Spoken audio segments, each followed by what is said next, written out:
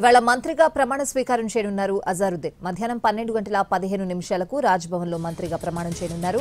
ప్రమాణ స్వీకారానికి హాజరు కావాలని ఇప్పటికే మంత్రులకు జీఏడీ ఆహ్వానం పంపింది. క్రికెట్లో తనదైన ముద్ర వేసుకున్న అజారుద్దీన్ 2009లో కాంగ్రెస్లో చేరారు. ఉత్తరప్రదేశ్లోని మొరాదాబాద్ నుంచి లోక్సభ సభ్యుడిగా గెలిచారు. 2018లో తెలంగాణ టీపీసీసీ వర్కింగ్ ప్రెసిడెంట్ అయ్యారు. 2023 అసెంబ్లీ ఎన్నికల్లో జూబ్లీహిల్స్ నుంచి కాంగ్రెస్ అభ్యర్థిగా పోటీ చేసి బీఆర్ఎస్ అభ్యర్థి మాగంటి గోపీనాథ్ చేతిలో ఓడిపోయారు. అజారుద్దీన్ కు ఎమ్మెల్సీగా అవకాశం కల్పించడంతో పాటు క్యాబినెట్లో కూడా తీసుకుంటోంది కాంగ్రెస్ సర్కార్. రేవంత్ రెడ్డి క్యాబినెట్లో మైనార్టీ మంత్రి ఒక్కరు కూడా లేరు. అందుకే అజారుద్దీన్ కు ఆ అవకాశం లభించింది.